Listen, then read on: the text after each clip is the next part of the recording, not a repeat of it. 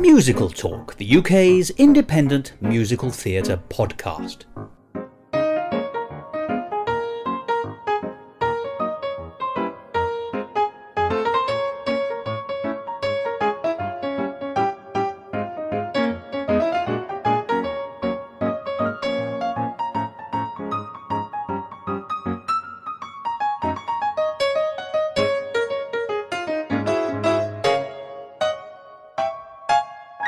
Hello and welcome to another edition of MusicalTalk. I'm Thos Ribbits, available while stocks last.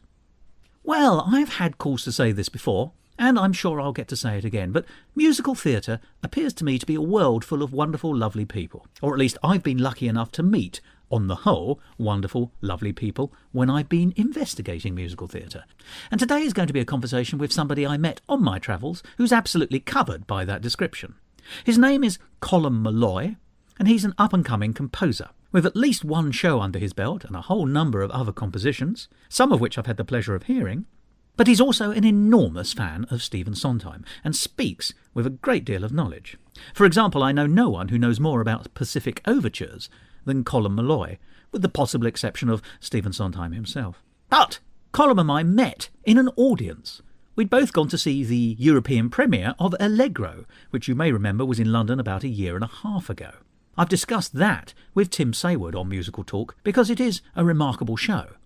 But after the show was over, I was introduced to Colm, and I was immediately impressed by his perspicacity and good conversation. And it was from that initial conversation that today's interview sprang. So in a couple of minutes, you'll hear an interview I conducted with Colm about a year ago, talking about the works of Stephen Sondheim, discussing Allegro, but also the world of musical theatre in general for an up-and-coming young composer who has, ladies and gentlemen, published his own manifesto as a guide to his personal take on musical theatre and its potential future, at least in his hands. But before that, let's hear a song by Colm from his musical Forbidden Fruit, and it's called Pin Up Broad. And at this time of celebration, marking the 100th anniversary of women being given the vote in the United Kingdom, there could be nothing more topical.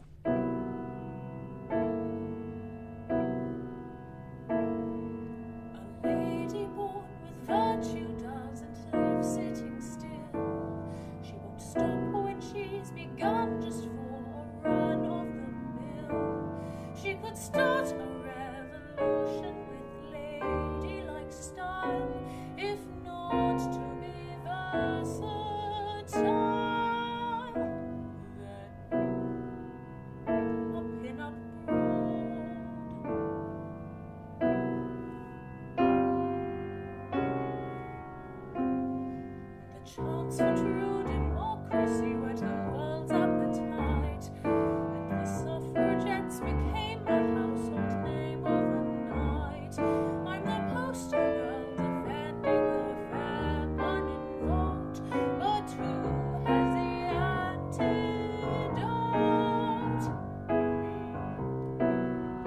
The pin-up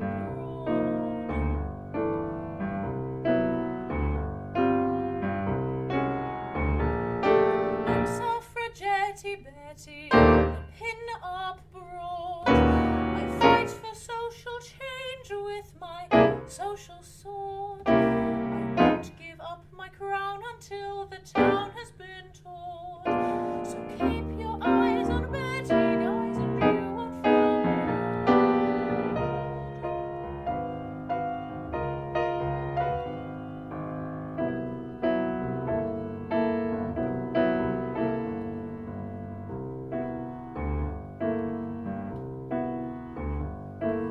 Tested the injustice and went on hunger strike. With our master plan rehearsed, we formed the first female Reich, who destroyed unholy temples and each sacred heart, and slashed famous works of art.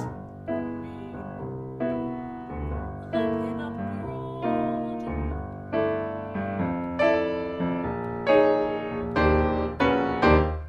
If you won't Let little Miss Betty vote, the loss is all yours, because what's underneath this petticoat can instigate wars.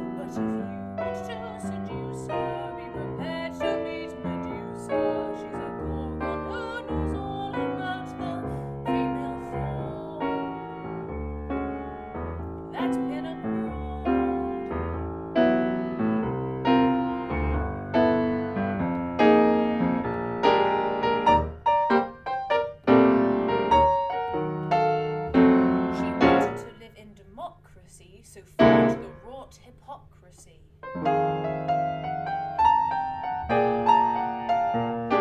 They wouldn't give in to what she desired, and so she removed what was proved unrequired. Suffragette Betty, I'm here all night, and I'm not just a stripper, I'm a sodomite. But they won't change the law unless I'm awfully polite. Don't hesitate to liberate us, you'll see the light.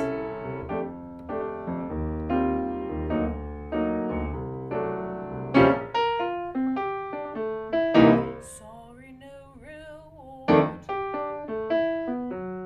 Some things you can't afford, and that's a pin-up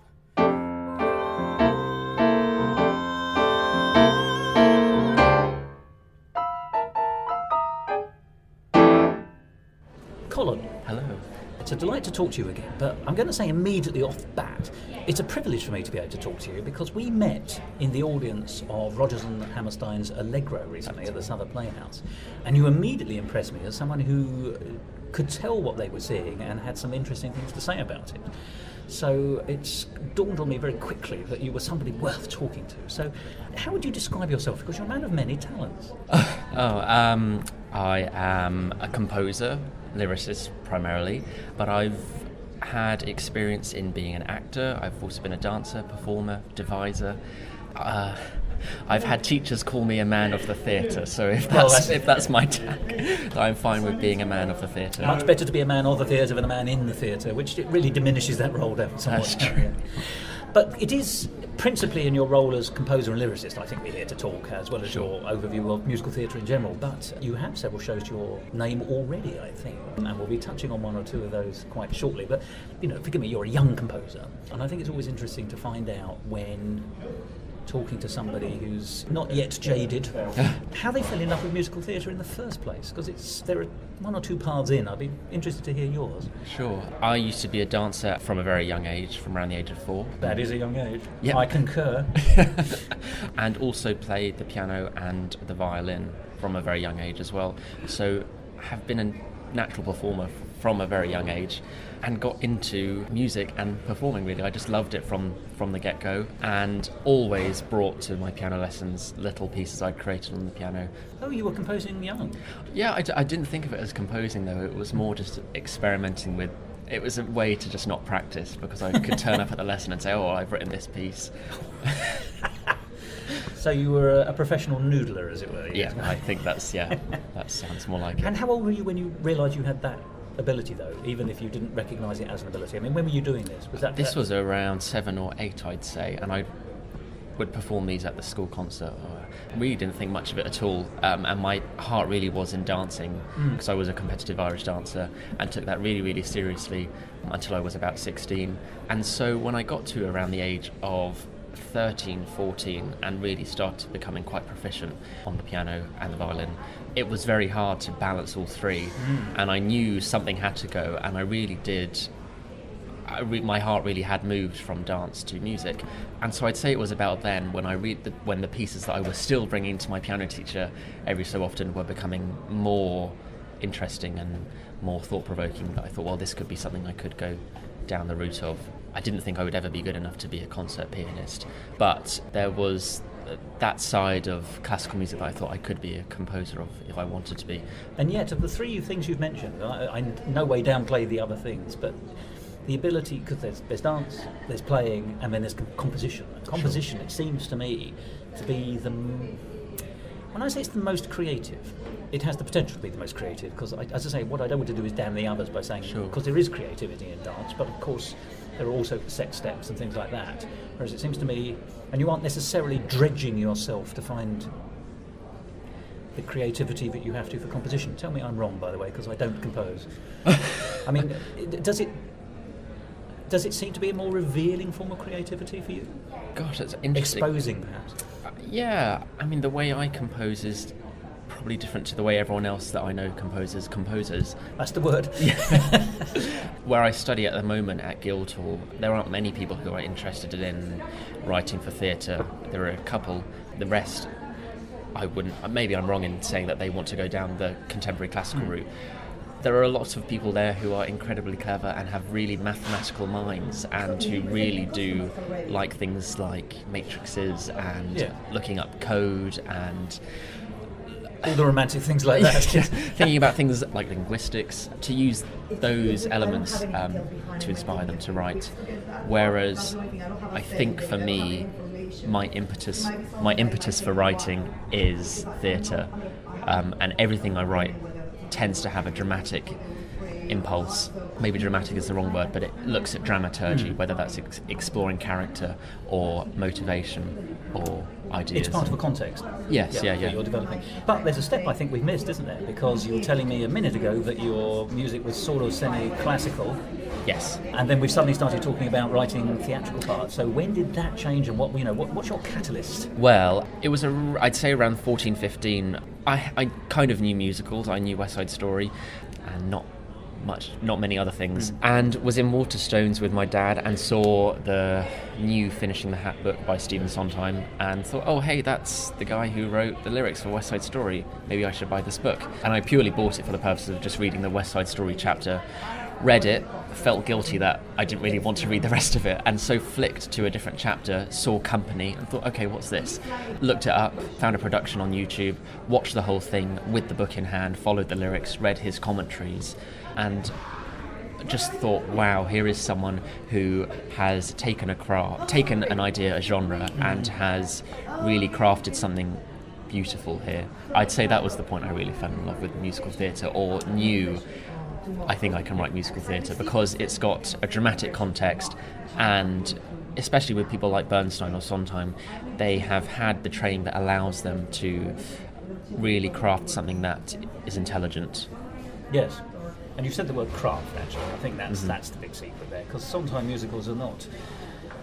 They are very much the cream of the crop, but they aren't typical of all musical theatre, are they? No, but I don't think they are as, I don't know what the right word is, oppressing as what people might think they are. I really do think they fit in with everything else that is around them, in the same way that when Shakespeare was writing whatever he wrote, other playwrights were writing similar things, that if they weren't as good as, were at least supporting him. And I feel that at the time that Sondheim was writing things like Anyone Can Whistle, Company, The Frogs, he was influenced by the other writers around him. As he now influences others, of course. Yeah. Sure, of course, yeah. Well, I suspect we'll come back to the role Sondheim plays in musical theatre and the role Sondheim plays in your musical theatre as the conversation goes on. But I'm going to present something to you, I think. There's something I do want to ask you, and I think this is quite interesting, and I've never seen this before, but you are the first composer I've ever met who has published a manifesto. Okay. A mission statement, if you will. Oh, gosh. About the role that your music plays in, well, really representing the human experience, I think. Yes. Oh, gosh. Would you care to tell us a little? Sure. I have done my research, by the way. Yes. Brilliant.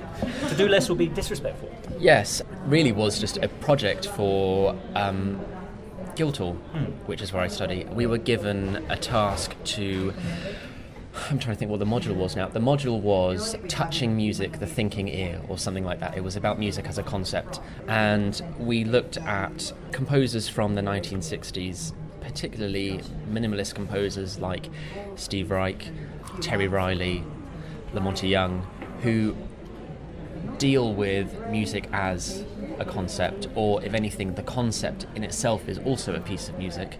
And we looked at their manifestos, and I saw that as a starting point to writing my own manifesto. For me, my music is a representation of the human experience and people through theatrical means. And so what you probably watched, Thos, online was a performance in which I jump onto various books. So, it's in a very windy park. Yeah, in a very windy park. Yeah, it's a performance art type of piece in which around me I've got lots of different books which for me represent how I feel about the world and life. They're books like Peter Brook's The Empty Space, Grotowski's Towards a Poor Theatre, books on performance art. Finishing the Hat is there.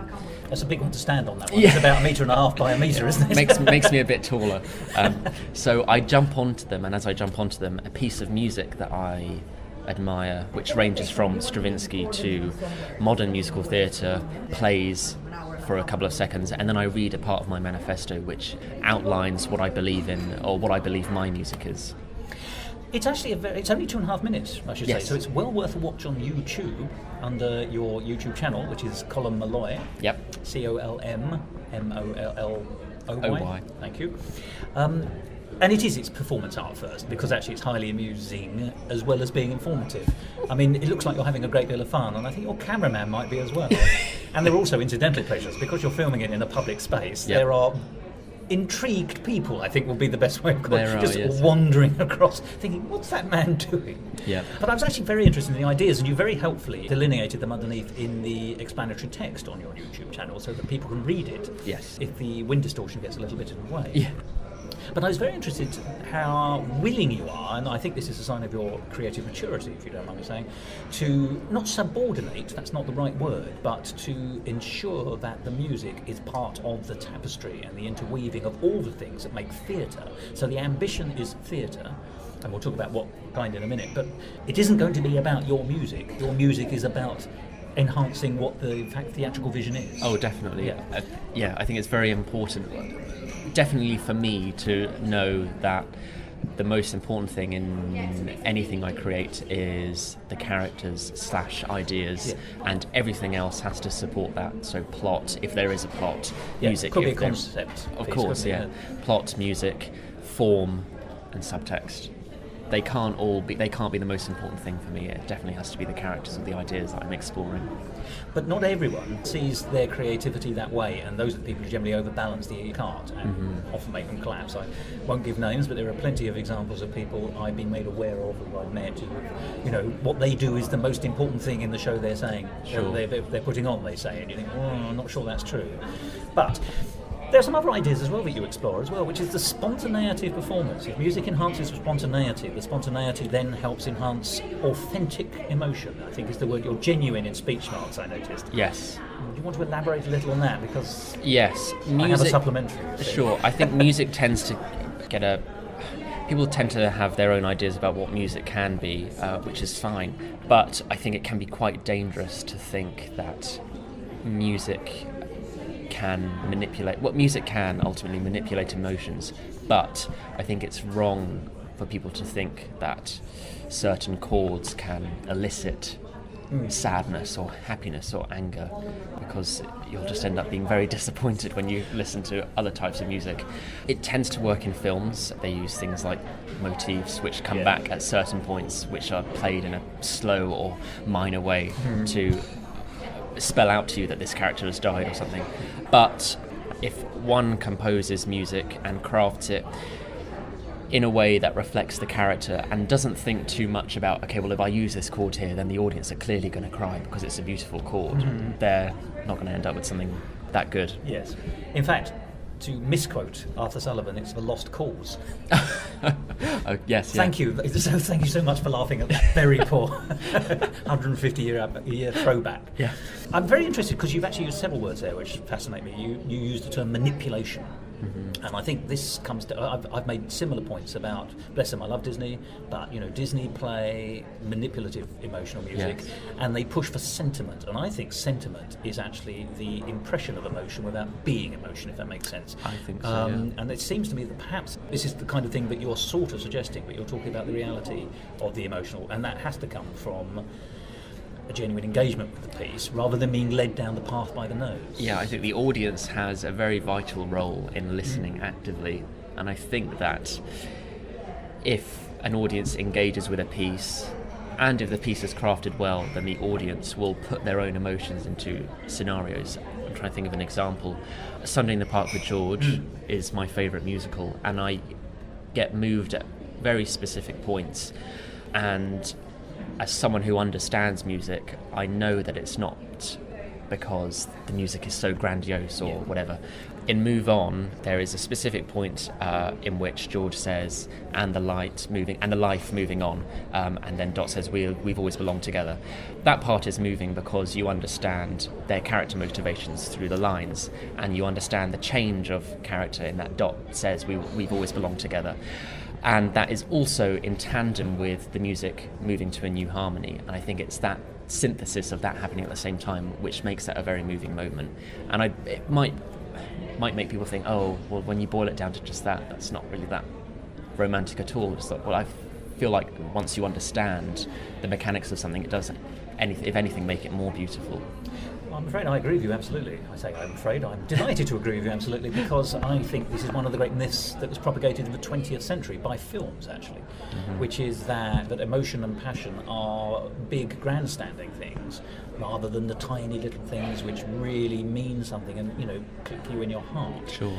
And that is partly because of the rise of incidental music in films, partly, not just that, and I appreciate, there's a much longer tradition of opera doing something similar. Yes. Funnily enough, if film is the child of any genre, it's the child of opera, I think. But controversial, but, discuss, take notes, show you're working.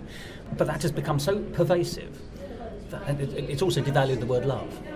By extension, romance, that love is this kind of Hollywood concept which actually seems to me to bear no relation to what I observe as being a genuinely loving relationship in real life, which is all about small things and not about the, standing on the rooftop and shouting through a megaphone or hiring a skywriter to write "I love you, Chandler Bing" or whatever the trite dialogue has offered up. Sure. Thank you. Sorry, yes, I just feel I needed to get that off my chest. But I agree with what you're saying. And the point you were making about Sunday in the Park, it is about the development of the drama. It's the drama first. The narrative is always the first thing because people forget that musical theatre isn't different to drama. It is drama. It's and the music, as you say, enhances that. But it's the connection and it's getting it right at the right moment pays off. In the same way that people talk about comedy in songs. If you can make the punchline work at the right point in the song where the music underscores it correctly, you can make that punchline much funnier, which is why a funny song really hits home in a way that a joke comes and goes. Of course. Kit Hesketh Harvey was talking about that when he was writing English translations of operetta. He did a version of La Belle Hélène called Troy Boy a few years ago, and it was very interesting, but he was talking about that need to get everything right at the right moment to make that work, and that must be as true for other emotions as it is for comedy. Yeah. So I like what you're saying, and it seems to me that you're searching for, or aiming to be, this comes back to the word genuine, which you did put in speech marks, you see. That's what I question. Oh, no, I think that's more just me trying to... if I could have put it in bold or underlined it, I would have done that, right. yes. So it's the genuine. Yes. That sounds really fake, doesn't it? Exactly, yes. Splendid. Can I ask, the park where you filmed it, what day of the week was it? What day of the week was it? It was a Sunday. So it's Sunday in the Park with Colin? Yep. So homage upon homage. How Definitely, wonderful. yes. Now, you said it was a project, but it's sincerely felt, isn't it? Completely, yes, yeah. So there are a couple of questions then that rise from it. This is my supplementary. You talk about spontaneity being the thing that can create this genuine emotion. But there is a difficulty with spontaneity in musical theatre because you don't just do it once. It's repeated the next night and then the next night. And I appreciate this is a problem that there's been for 1,000 years. Is the performance on the last night as true as it is on the opening night? Yes. Or in fact, is it more true on the last night because you had a chance to mature, and on the opening night it's still full of anxiety and nerves, first night nerves, perhaps. Yeah. Who knows? I wouldn't like to give an answer to that. That's why I'm asking you. No, I think that's an unavoidable Problem. I think an unavoidable problem. My background with theatre is mainly devised theatre. I've had lots of experience with devising things, which does inspire spontaneous reaction and genuine emotion. Particularly when we get onto it, the things that I've written have all been, the recent things I've written have all been devised, partly because I'm not really a playwright. I don't know much about the playwriting craft, but I do know how to devise something and get it on its feet and give it legs. And I think it is an effective way in creating something that does seem very real and does seem... It depends on what you're trying to deal with. If you're trying to deal with something that has a cabaret vibe, that deals with interaction between cast and audience, then I think devising something is the right route, because scripting anything will make it feel jilted. Whereas if you do give it a devised feel, or if you do devise it, will allow for genuine emotions. And yet, there's nothing wrong with what you're saying, but I can think of an example I saw at this year's Edinburgh Fringe, which I didn't review because I didn't enjoy it, and on the whole these days I try not to review things. It doesn't seem fair. But without going into too much detail, it was a musicalised, in a very loosest sense, Sherlock Holmes story, which I subsequently learnt had been devised previously. Okay. And I suddenly realised that if I had seen it being created on the night in a room above a pub or something, as so many improvised musicals are, I would have probably enjoyed it, because you are more willing to let the weaknesses of the plot, etc., and the emotional development, by, because half the fun with an improvised musical is watching it being created in front of your eyes, Yes. and enjoying that moment, which is authentic.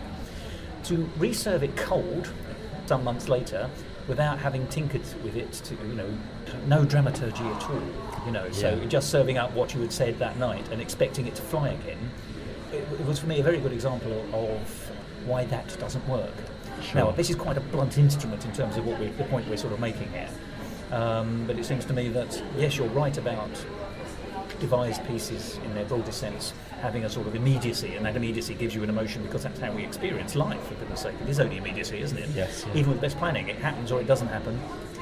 I believe there's a statement about mice and men, which probably isn't worth repeating here. But devising is a way of doing it. But if you, once again, you go back to the piece, it can be a devised piece, but you've still got to tinker with it to make it work overnight. I think with everything, craft again is important, and you have to be good at crafting. And you have to be good at devising if you want to do something devised. You're good at buffing. Yeah. Honing, buffing, finessing. Yeah, exactly. I think devising is a very accessible way of creating theatre, but if you do want to create something good, you've got to be good at devising. Yes. I mean, even that doesn't always work. I mean, it wasn't a musical at all, but I went to see something at the National Theatre. Crikey, when was that? About 6 years ago, I should think. And it was a devised piece about ecological issues and global warming.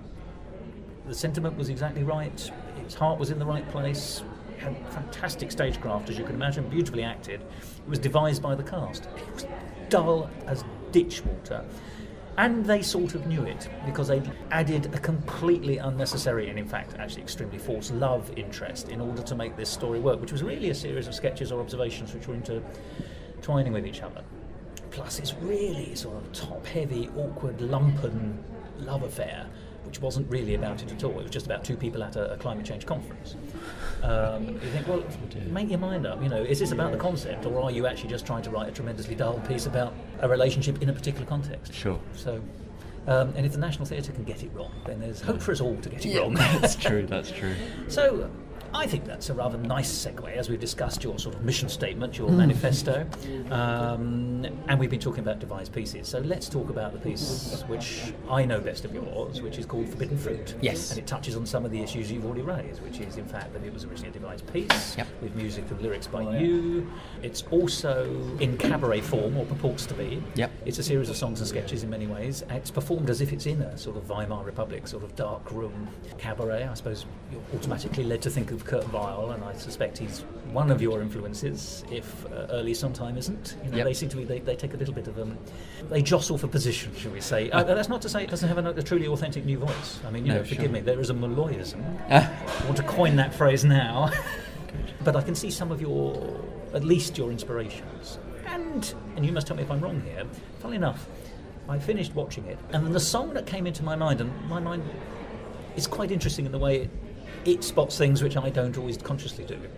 Was a song called Mine by George Gershwin from Let 'Em Eat Cake, which was a sequel to Of Thee I Sing. It's a 30s musical, a very heavy political satire, so it could be that link, because this is a satire of the 1920s, isn't it, in some senses, or at least an investigation into it in some senses. That's me blathering on about it and the tonal feeling I got from it, and we'll explore that again, but talk about Forbidden Fruit. So, the musical, for me, please. Forbidden Fruit is essentially a devised musical with a social commentary on the 1920s. I was influenced by a play called Ritual for Dolls by George McEwen Green, which is a very short 10-15 minute play which looks at the Victorian middle-class household as told by these dolls. A very eerie, strange 60s play. You don't say. And I really, really wanted to see if I could musicalise that, or at least take that as a starting point. Conceptually, yeah. Yes.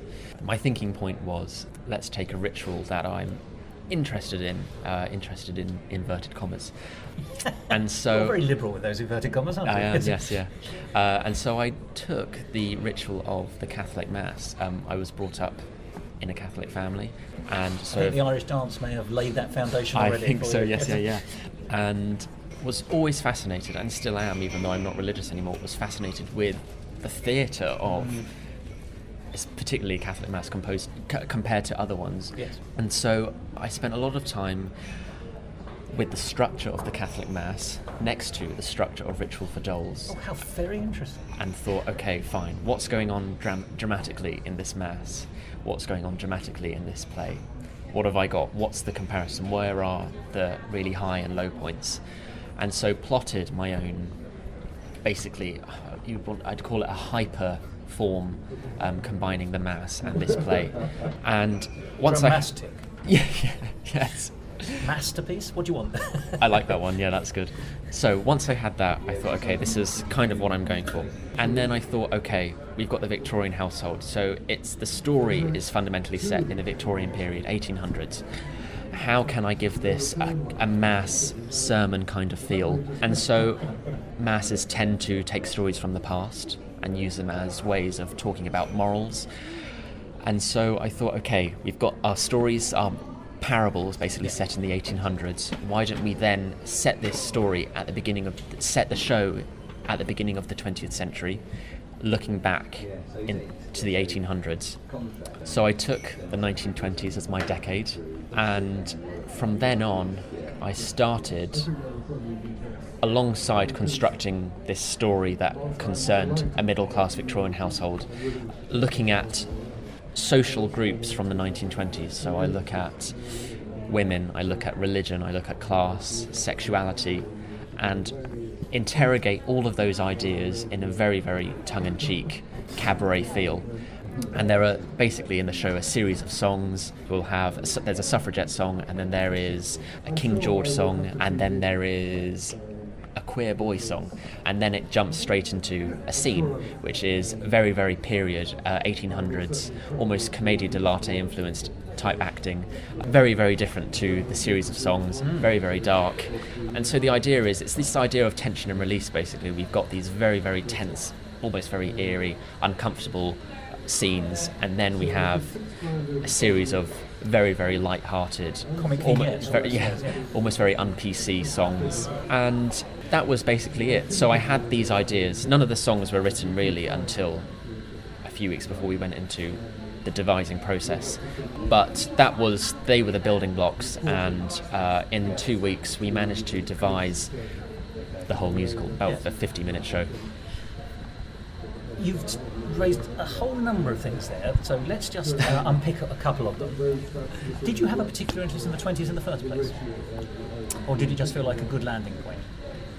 It felt like, considering that what I was dealing with was something in the Victorian, in the 19th century, to take somewhere in the early 20th century. Which is very distinctly different as well. Yes, so I think I just managed to hit on that. And I think it probably was, I think I did choose that because it is a period I have grown to really love, particularly through things like, I think it's another good period of time for similar types of theatre like Threepenny Opera, a lot of Kurt Weill stuff, a lot In of his Weimar days. yeah, exactly. Yeah, it's got that kind of cabaret feel.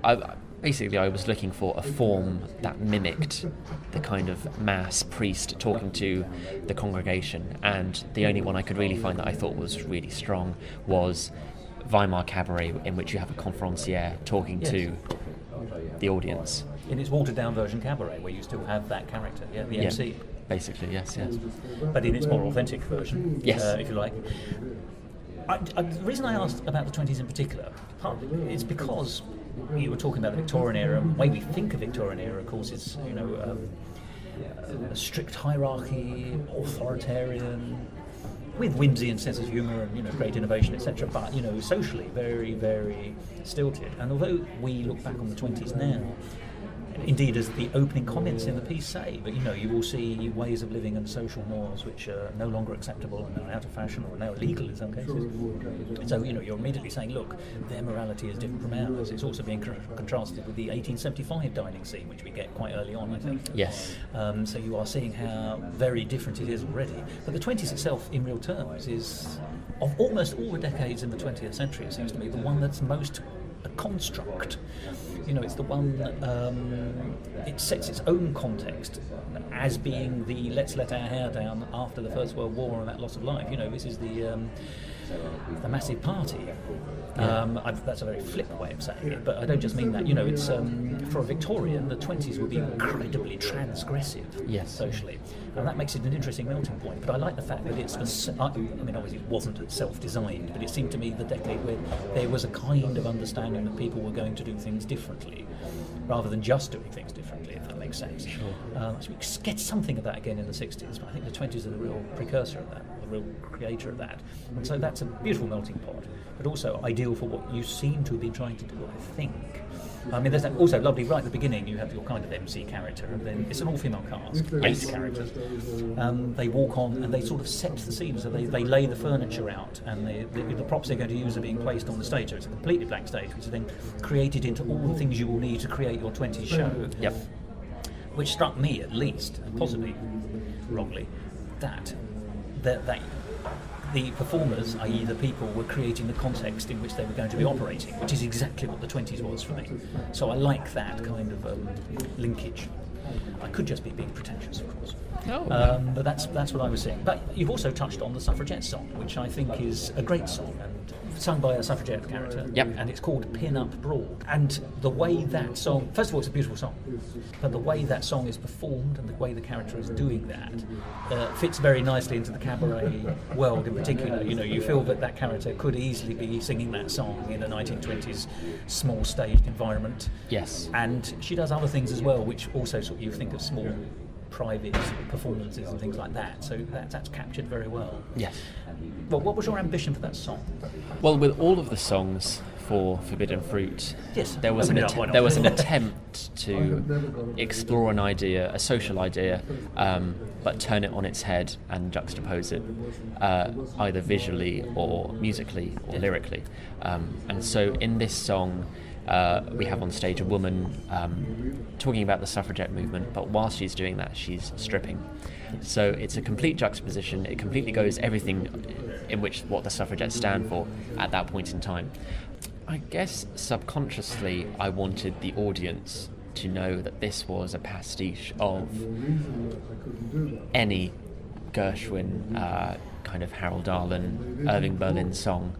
But I also wanted through that for them to realise that what she was doing completely contradicted what she was talking about.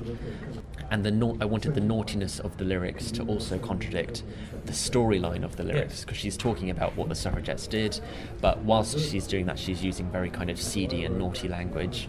So there was always this intention of trying to subvert everything. Yes. So I wanted the audience to be fully aware of that, and I think that they were aware of that, and I think it does come across. I feel like the music achieves its sleazy vibe. I'm going to talk about the music and the lyrics in just a second. She's dressed as a flapper, she's in dressed. It's set in 1925, and she's in high 20s cosy, pearls and lace and things like that, and a short skirt, the straight down sack dress kind of thing. And of course, within the context of 1925, she wouldn't have had the vote, would she? Because women over 30 had the vote got the vote in 1918 and didn't get the vote, didn't go down to 21, which was the age of voting, until 1928. So in 1925, presuming that she was under 30, which one has to assume she was, the actress certainly was, she wouldn't have had votes, so she would have been a proper flapper. So, it fitted absolutely beautifully into the context of the piece you were trying to create. But you were talking about the music being seedy. I certainly got that, but I was getting, once again, it's like smelling a wine, you get all these different flavours. I got two very distinctly different Sondheimian, once again, I don't know if that's an adjective, senses. The first was funnily enough, I got the atmosphere from the original cast recording of Marry Me a Little, which is two people who there's no dialogue in it, I don't know if you know, and it's basically the early Sondheim cast-offs, which have been put into a review, but it's about two people living in a block of flats in separate rooms, separate apartments, and the relationship such as they have, without any dialogue, without them having met. So it's imagined relationships.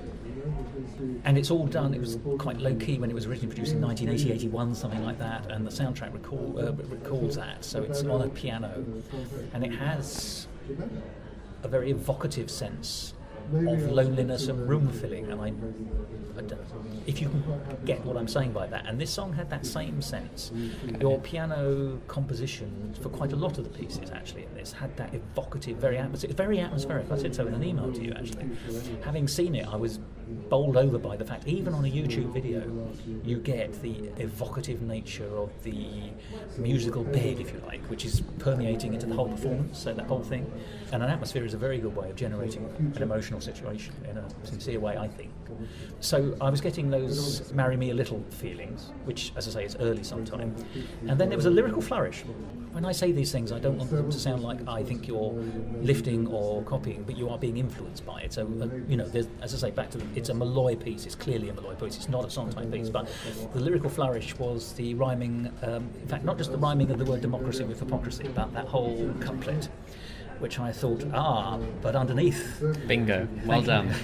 Good. Is that correct? Yes, with every song I spent a lot of time finding songs of the period or songs that were definitely influenced by the period to create deliberate pastiches, because I am not a 1920s composer.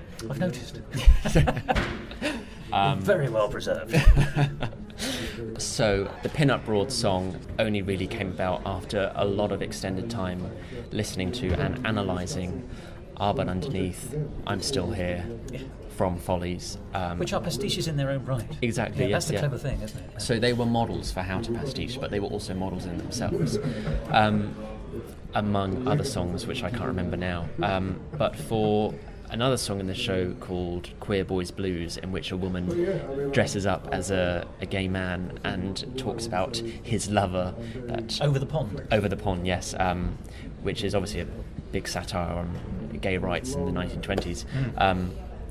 I listened to a lot of Harold Arlen's songs, particularly I Had Myself a True Love from St. Louis Woman. Which I don't know, tell me. I know that I've heard of them, I don't know the pieces.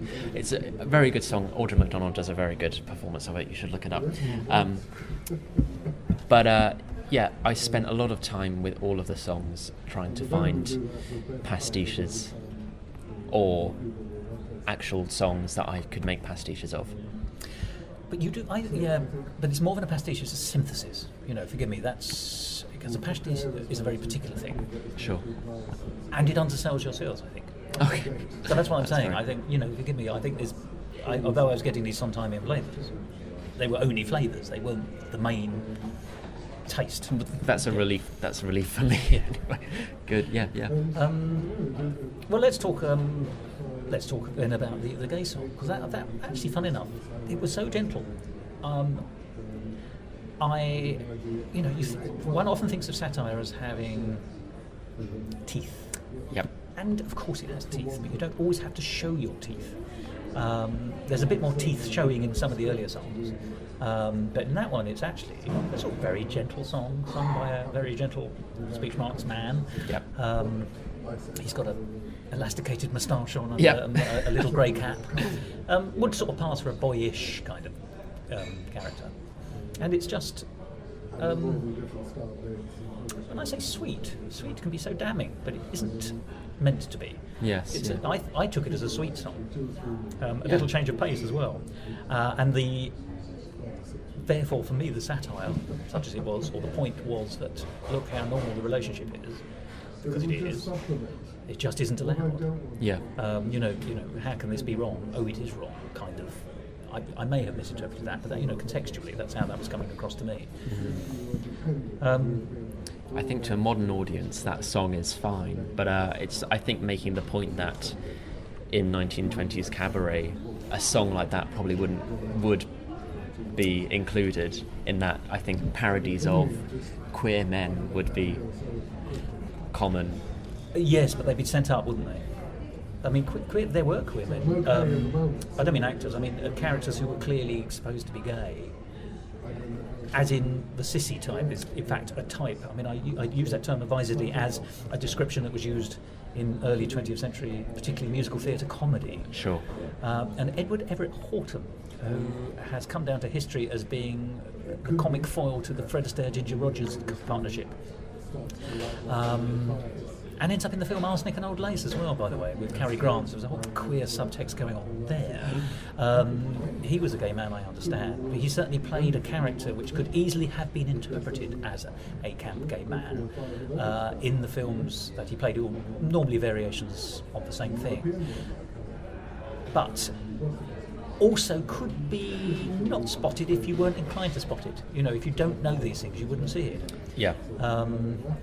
And there's a lot of film and play magazines, musicals magazines from the first part of the 20th century where they refer to the sort of the sissy character. I'm digressing slightly. I have a friend of mine, and we've been trying to find the earliest overtly gay reference in a song that we can find. And the earliest one I can find is a song called The Croupier by Cole Porter, who himself, of course, is a gay man. Yes. And I think it's from a late 20s, early 30s number, so it's quite early on. And it's about a woman who falls in love with this croupier. And the first verse is about how, she falls for him at the casino, and is so besotted with him that she loses all her money on the roulette wheel. The second verse is where she's plucked up courage to take him out to the cinema. And he's quite an enigmatic character. He doesn't reveal much about himself, so it's all sung by her relating the story back to you. So she takes him to the cinema. She says something like, she's trying to make conversation with him before the film starts. So she says, "I like John Barrymore a lot, don't you?" John Barrymore being the sort of big heartthrob of the 20s and 30s. And he's not responded, so she said, "So I said it again, So I said, I like John Barrymore a lot, don't you?" And the film starts, and then at the end of the film she says, "But when the film was through, I saw he did like John Barrymore a lot." So it's overtly he's keen on the men and not the women, I think. Sorry, we have digressed slightly, but I'm very interested in the context of homosexuality in the 1920s. Sure. How was Forbidden Fruit received? Really well, actually. We got lots of people who were coming in expecting an evening in the style of Thoroughly Modern Millie. Oh, really? A very kind of fake 20s. Yeah. They were expecting 20ish. Yeah, a nice little evening celebrating the 1920s. And what they got was something much darker, but they said very funny still, which is again a relief if you're writing something like a cabaret. Yeah, generally was received really, really well. I can't think what else to say. Well, I'm never nice about my work. Well, you should be. Always self-deprecating. Well, let me ask you a question. In one of your manifesto commitments is that comedy will often be used, but often inadvertently. A lot of this isn't inadvertent comedy. No. But it isn't a whack-whack kind of punchline. No. Is that the subtlety that you're aiming for there? Yes. Yeah. A lot of it is ironic, and I think what drew me to the 1920s was it's the peak of optimism, and it ends so terribly. The Hangover is awful, isn't it? Yeah. There may be trouble ahead. Yes. I know it's a 30s song, thank you, Irving Berlin, but you get the idea. Yeah, exactly. So I think I really did. I think ultimately that there is a subtext of mocking the 1920s. There's mocking the audience who are watching it and thinking that it is great. So it's me really making fun of everyone, which is probably a bit me, but that's where my humour comes from. The only danger with it, and I'll be very honest with you, I liked it a lot. I thought it was very good. Lovely atmosphere. I thought the songs had the craft, the performances were jolly. I took a lot away with it. The one thing that jarred with me, and this may be because I missed the satirical point you're trying to make, in fact. So now I look back on it, I think, I wonder actually if I was too dense to realise. But there's a little sort of prologue at the beginning by your sort of MC character, who basically, as I say, she makes this reference to the fact that, the 20s did things differently. And we look back on the past as being an uneducated, stupid kind of place.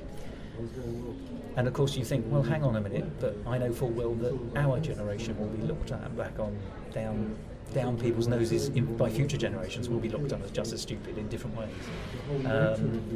And that's not overtly mentioned, so it has that possibility of being interpreted just at the very first moments as slightly sneering.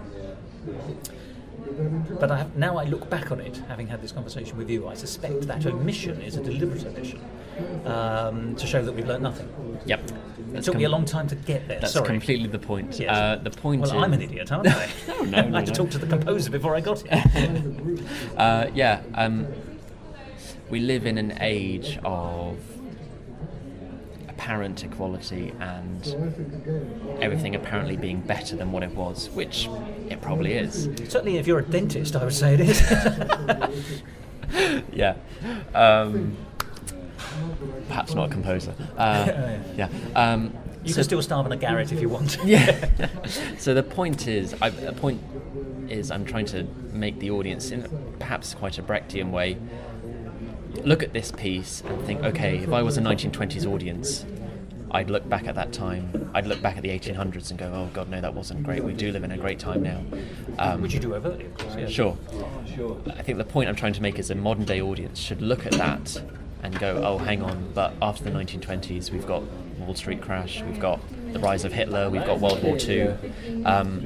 Black and white television! Exactly. So I want the audience to subconsciously realise that perhaps after they've left the show, after the show's finished, that's something for them to think about in a few weeks' time. I want them to realise that and then go, okay, hang on. If we think we've come a long way now, surely we've still got a long way to go. So that was Forbidden Fruit. Yes. Is it likely to be revived again? Hopefully. I'd really like to take it to the Edinburgh Fringe next year. That's just a thought. So we'll see what happens. And if people do want to sort of taste the forbidden fruits, they can do so online. My neighbour. Yes. They can do, yes. I've got a SoundCloud, Colin Malloy. I've got a YouTube, same name, and I've got a website which compiles both of those things. And people can see your manifesto as well as they that, can. And hear other songs from some of your more slightly classical repertoire as well, I think. Yes, they can hear things that I've written for Guildhall, things I've written that have been performed in concert. So it's all a mixed bag of different things. Do you speak German? I don't. Oh, because one of your songs has a German title, doesn't it? Which one? No, it doesn't. No, it's nearly. It's Irish. Is it really? It is Irish. That goes to show what I know then, doesn't it? Yeah. I'd like to think. Oh no, I can't speak German. No. You can speak Irish? Very little. Just those words. Yeah, that's it. One of your song titles. Yep. Well, you and I met for the very first time, as we said earlier, at Allegro, which ties in very much with your own idea about trying to catch shows which are not here for very long and may not quickly return. Yes. Let's be brutal, that version of Allegro was not just the British premiere, but the European premiere. I know, yeah. And it's taken 70 years to get here. Terrible. So I'm not waiting another 70 years for it to come back, I don't mind saying. Let's talk about Allegro. If you don't mind me asking, what do you think of Rodgers and Hammerstein in general? There's no right or wrong answer here. And what was your expectation of Allegro before you went in? Because it has this legendary status, doesn't it? It does, yeah. Rodgers and Hammerstein, I get that. They are like candy floss. They're lovely. They are great. I think of it as Candour and Floss. Candour and Floss. That's someone else. No, I do. Rodgers and Hammerstein are great. I prefer them separate, I think. I think Rodgers' music with heart is great, and I think Oscar Hammerstein's lyrics with... Oh no, it's gone now. Jerome Kern? Jerome Kern, thank you very much.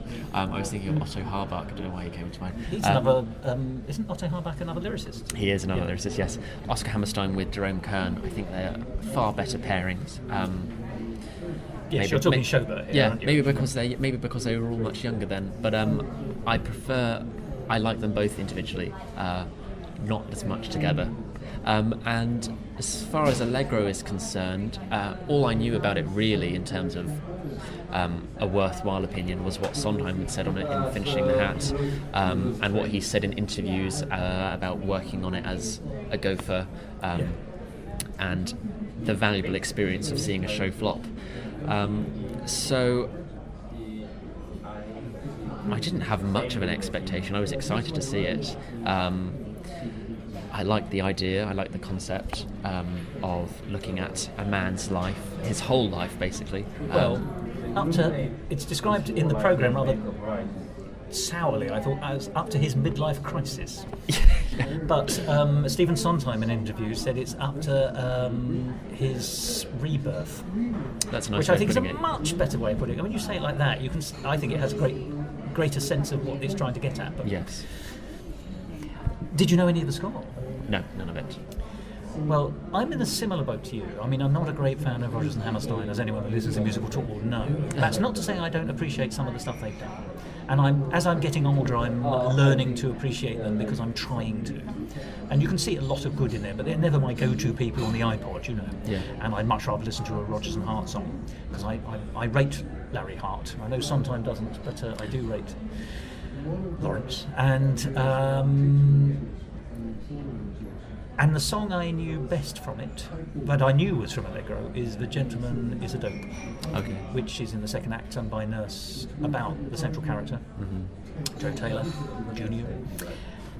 And that's a great song, and it's become a jazz standard, and that's where I first came across it. To the untrained ear, it sounds like another Lawrence Hart lyric, when in fact it's Hammerstein. And everyone says that as well. Some of the rest of the score, I realised I knew one or two of the songs from it. There's a song that starts, "We Have No Traditions." It's once again sung by a minor character, actually, to Joe when he's briefly dating other people, rather than the woman rather than his childhood sweetheart. And I realised I knew that, and I was rather delighted to discover that song is the first proper melody you hear in the overture, because I've subsequently acquired the 2006 first complete recording. Studio cast. That's right. Yes. So I was listening to the overture and I thought, oh, well, that's very interesting, bearing in mind that Rodgers and Hammerstein were these innovators at the time, which is sort of difficult for us to realise now, in some senses, as they are so sort of staid and established and so much has come out of them, not least Sondheim in some senses. I thought, how interesting that the first melodic line is from this song, called So Far, which has this line about, we don't have any traditions, and you think, well, actually, that's because you're forging new ones. I suspect that's just serendipity and happenstance, but it was quite nice that that appears as sort of a mission statement right at the beginning. Sure. What did you think of it then? You said you enjoyed it, or you were excited by it? I was, yes. I think it's important. Well, I like to watch the show in two stages. I watch it as the performance, and I watch it as how good was the material. And I think the material in Allegro is pretty good. And I do think for its time it was innovative, and it still is now. I think it was surprising for people to watch at the Southwark Playhouse. Well, it borrows a lot of cinematic techniques which we now take for granted. The business, the first act is Joe being born all the way up to deciding to move to the city. Which, as it finishes when he's 35, we have to assume, and he's become a success, so let's give him 5-6 years, he must be about 29 when Act 1 ends. And that's a big transition, and certainly at the beginning, some of those transitions, he goes from being a baby to a child who walks in a puppet version in this production, to there's school playing, and you see him sort of grow up when his grandmother dies. And then he gets on to high school, and then on to university, and then becomes a doctor. These are big, chunky stages, and you can see. I can imagine. For us, it seems so simple, we're so used to that. But you're probably aware they originally had a curtain which went back and forth across the stage. Yeah. In order to what we would think of as a screen wipe, I suppose. And you think, well, that must have been quite. It seems cumbersome to do it that way, and they didn't do it that way for this production because they don't need to, because we're now used to the grammar that it was introducing. I have read somewhere that the reason we don't always attribute Allegro with this kind of thing is because they then did it slightly better with South Pacific, which was a hit. And so everyone credits South Pacific with being the first sort of cinematic kind of musical in that sense. Whether that's true or not, I wouldn't like to say. But, well, let's ask a blunt question. What was the best bit and what was the worst bit? It really is a blunt instrument, but sometimes it brings out an interesting view. I have a couple of options for the worst bit, but I want to hear yours. I think for the best bit, the music really did reach a great point at the end of Act 1. It was quite stirring, yeah. I think that's all I can say about the best bit, really. I think the score on the whole and the lyrics are pretty good. I think it is Hammerstein at his most, not dark, but I think most clinical. Ironic, as he's a doctor. I'm prepared to go with that. Actually, I think it's a quite surprisingly strong score. It was much better than I expected. I enjoyed a lot more of it than I expected. It is generally acknowledged that the weakness is the book, isn't it? People often say Act 2 fumbles. See, I'm not too sure. I feel like if you're dealing with a show that is not linear in the normal way, in that it's jumping across long stretches of time or it's playing with a form, then it's important to realise that you can't always act in the same way. And I think with something that is dealing with social issues and is trying to tell a very important point, perhaps the delivery of playing very truthful characters is the wrong way to go about it, because you can almost. Can you put realism into a concept musical? Yes, I think that's what I think is probably the weak point of it. I don't think the book is that weak at all, really, because I find it very similar to Anyone Can Whistle. And I feel like Anyone Can Whistle should be treated in the same way. If you try and act that naturalistically, then you're pretty much shooting yourself in the foot. But it's hard at a fringe theatre with graduates and to, I guess, instill that opinion into people, especially when there's lots at stake at a fringe theatre. But I think that's how something like that should be considered with. So just briefly go through the best and the worst bits for me. I think the best thing is undoubtedly the Gentleman is a Dope. I think it's a masterpiece of a song, and I love the fact that, and you don't often get this in recordings when normal sort of saloon singers sing it, the fact that it's actually a nurse in the rain looking for a taxi after a dreadful day, when she's starting to get fed up with her circumstances and the fact that she's in love with her boss, if you like, her doctor, who doesn't realise it. And when you hear the soundtrack recording, and indeed the actress who was playing the nurse has recorded it on YouTube, so you can actually hear the proper performance with her going taxi every now and then. Brilliant. It's a proper New York kind of thing. It's that the song is great anyway, but that context I thought added something to it. But it's a beautiful, wonderful song. I like that a great deal. I also quite like the speech marks happy ending, in the fact that she does sort of get the doctor at the end, or at least it's open that she does. It's certainly not ruled out, because you actually feel that she's quite the best choice for him. Not that it's his choice, it's actually hers, because he's quite cipherish. There's not much to Joe. He doesn't make that many decisions, and he does. Well, the observation's been made before, but like Frank Shepherd in Merrily We Roll Along, he says his biggest flaw is saying yes when he should say no. You sort of get the sense that Joe does what's expected of him rather than what he wants to do himself. Mm-hmm. And you see that very clearly with his manipulative wife, who's painted to be a bit of a rotter, really. And then later on, when he's a success in the hospital, he's not really enjoying it. So he's not a protagonist. He's a passive character. So other characters revolve around him. So taking it back, I thought the nurse's character and song and finale were the best things in it. My least satisfactory part of it is Act 1, funnily enough, and it's a complete reverse of what everyone else says. Everyone else says Act 1 coheres, Act 2 falls apart, or it's the wrong point. I think Act 1 is very clear and linear, Sure. but I'm not sure it does anything very much. It's very linear, and it falls into the thing I like least about Rodgers and Hammerstein as a series of songwriters, which is that it's that kind of wholesome country living stuff, the redneck, let's eat lobsters kind of stuff that you get in Oklahoma, that you get in Carousel, and means nothing to me. I have no interest in the American provincial, which is really what's being portrayed there. Act 2, unfortunately, feels like a whole set of caricatures about bad people in a city, and that the city is corrupting. Although, as I think Hammerstein himself has said, and Sondheim certainly echoed since, that wasn't the point he was trying to make. The point he was trying to make was that if you're genuinely good at something, you get dragged away from doing that good something because you're invited to then sit on boards and speeches, and you get promoted up the management ladder, and you get further away from the actual core value of what it is you're providing, in this case being a doctor. And I can see that, but it's true that the writing in the act doesn't really bring that to the fore. So I think the point that Hammerstein was making is missed.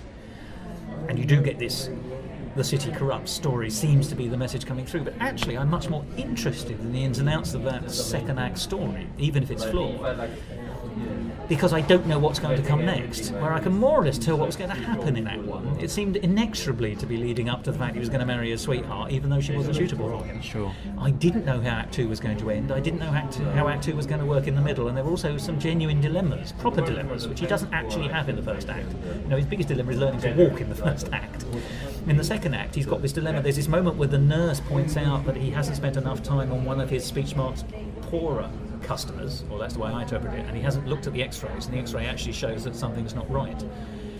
And it's because the nurse shows him, he goes back and checks and then realises that there is something properly wrong with this person, who would normally be slightly ignored for the richer customers in this hospital. So you could see the dilemma and the fact that there's still the caring man there. So I was much more interested in him as a human being in the second act, and what was going on in the second act. So as a piece of drama, the second act is very much better. As a musical making a point, it is very much worse. So it depends what you want. Sure. I feel it's a lot like Into the Woods in that the first act is setting up the environment and all the characters, and the second act is putting a problem in the middle of it and just seeing what happens. Watch it fall apart, really. Perhaps it really is early experimentation in musical theatre anyway. So, and it is. You make a good point. I mean, if they had gone on to do more things in that vein, which I don't think they really did. I mean, they use some of the tropes, I suppose. But I mean, the next one he writes himself, because they only wrote 2 musicals with an original book, didn't they? There was this and Me and Juliet, which is also not well remembered. No. Which tells you everything you need to know, I suppose. But on the whole, then, you enjoyed it. What would you improve if you were directing it? If I was directing it, gosh, it'd be a terrible idea. More cabaret. More cabaret. I think it'd be very important to consider the idea of delivering it in a non-naturalistic way. Yes, you said that, and I think that's a good point. I think it'd be very important to really think about it as a piece of theatre, as in with social implications and trying to make a social point to the audience, rather than really trying to invest in the characters with heartfelt emotions, because it's impossible to try and convey that in the same way that Merrily We Roll Along has been notorious for flopping, because it's impossible for 20-year-olds to act as 40-year-olds, and it's impossible vice versa. Yes, you do get odd casting. Yeah. So perhaps there needs to be a different focus rather than trying to tell the story with honest characters. And yet there's a brief moment where it tries to do that in the second act, the slightly more figurative performance rather than, in fact, it's a song. It's when they sing Allegro. Yeah. And obviously it's choreographed, but it's choreographed in a way to be non-naturalistic, if that makes sense. If dance can ever be naturalistic. But they do it in a very non-naturalistic way. They're sort of gyrating up and down a high street, or so it appears to me. Certainly the production we saw, there seemed to be 2 lines of them in their sharp 1940s suits. Would have been nice to have got that from the get-go, from the start, I think. Couldn't agree more, a bit less full moon in the barn at the beginning and a bit more figurative performance. Yeah. And there are so many options for doing so, because it's very difficult also to ask for a figurative performance when you've got the ghost of Grandma hanging around. Yeah. It's not something very realistic to me. No. Played by the wonderful and now late Marnie Nixon on the recording in 2006. Gosh, yeah. When she was the right age for it, of course. So it is by far from being my least favourite Rodgers and Hammerstein, and it's, I think, in terms of analysis, it's the one that deserves greatest analysis. And I look forward to having a bit more of a think about it. Yes. But overall, worth seeing, definitely. Yes, definitely, I think so. It was a worthwhile visit. It was a worthwhile visit in many ways, but not least, Colin, because it allowed me to meet you. And if you don't mind me saying, I've thoroughly enjoyed our conversation. Oh, thank you. Likewise. So, are there new works in the pipeline? There are, yes. Does the magic word rococo mean anything? Yeah, I'm working on lots of things for Guildhall at the moment, obviously, because I've still got 2 more years. But I'm itching to write something else, musically inclined. Yes. And so, in order to throw the critics off of their horses, I don't know, That's often how they arrive at the theatre. They act like they do. They do indeed, yes. I don't want to do something that seems jazz influenced, I think, for a very long time. In the same way that people I admire, such as Sondheim, Stravinsky, Picasso, once they have done something that is clearly defined in an era, they turn their back and they go somewhere else. So you mentioning the word rococo is not wrong. I'm definitely interested in doing something melodramatic, contrasting with Scandinavian expressionism. I find that's a very, very... You are a fusion meal man, aren't you? Yeah, that's me. So something along the lines of that, looking at really then very, very classical music, trying to see if I can really implement that into musical theatre. Unfortunately, I have 2 dreadful things running around my head at the moment. I have Baroque and roll or rococo pops, and you can take either of those and dispose of them as you will in landfill. But let's take us back to how can people see your work again? Just remind us on... So you can listen on SoundCloud. I'm on SoundCloud under my name, Colm Malloy. I'm also on YouTube under my name, and there is a website as well which has got a list of all of my works and has... Expanding list. Yes, an ever-expanding list. And I'm on Twitter as well. Not really saying much, really. But you could be prodded into responding, couldn't you? Yes, you can find me there as well. Well, Colm, this has been a lovely conversation, and thank you so much for talking so openly and honestly and with intelligence on musical theatre, both your own and other people's. That's been a real pleasure, and I hope this won't be the last time we talk either on or off the record. Yes, thank you. Musical Talk. And there we are, Colm Malloy. I must say that since then, Colm and I have gone on to become great personal friends. I find him a fascinating man with a lot to say, and he continues to surprise me with his insights into Stephen Sondheim's work, of which you will get to hear more in the future, as I'm pleased to say that he and I will be talking about a number of shows that were available in London in a future episode.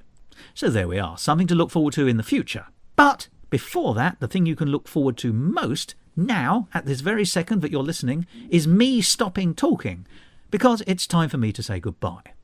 And here's how I do it. So listen carefully, because this is an instructional message on how to do it. Goodbye. Yeah, see how simple it was? Bye.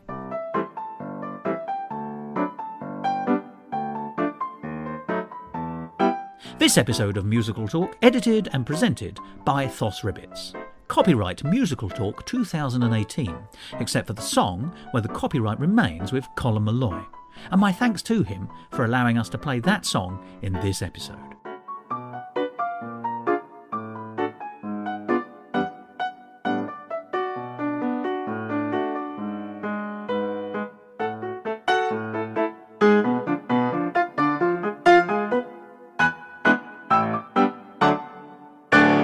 To find out more about the world of Musical Talk and listen to past episodes, go along to our website www.musicaltalk.co.uk or subscribe to us on iTunes and follow us on Facebook, Instagram and Twitter.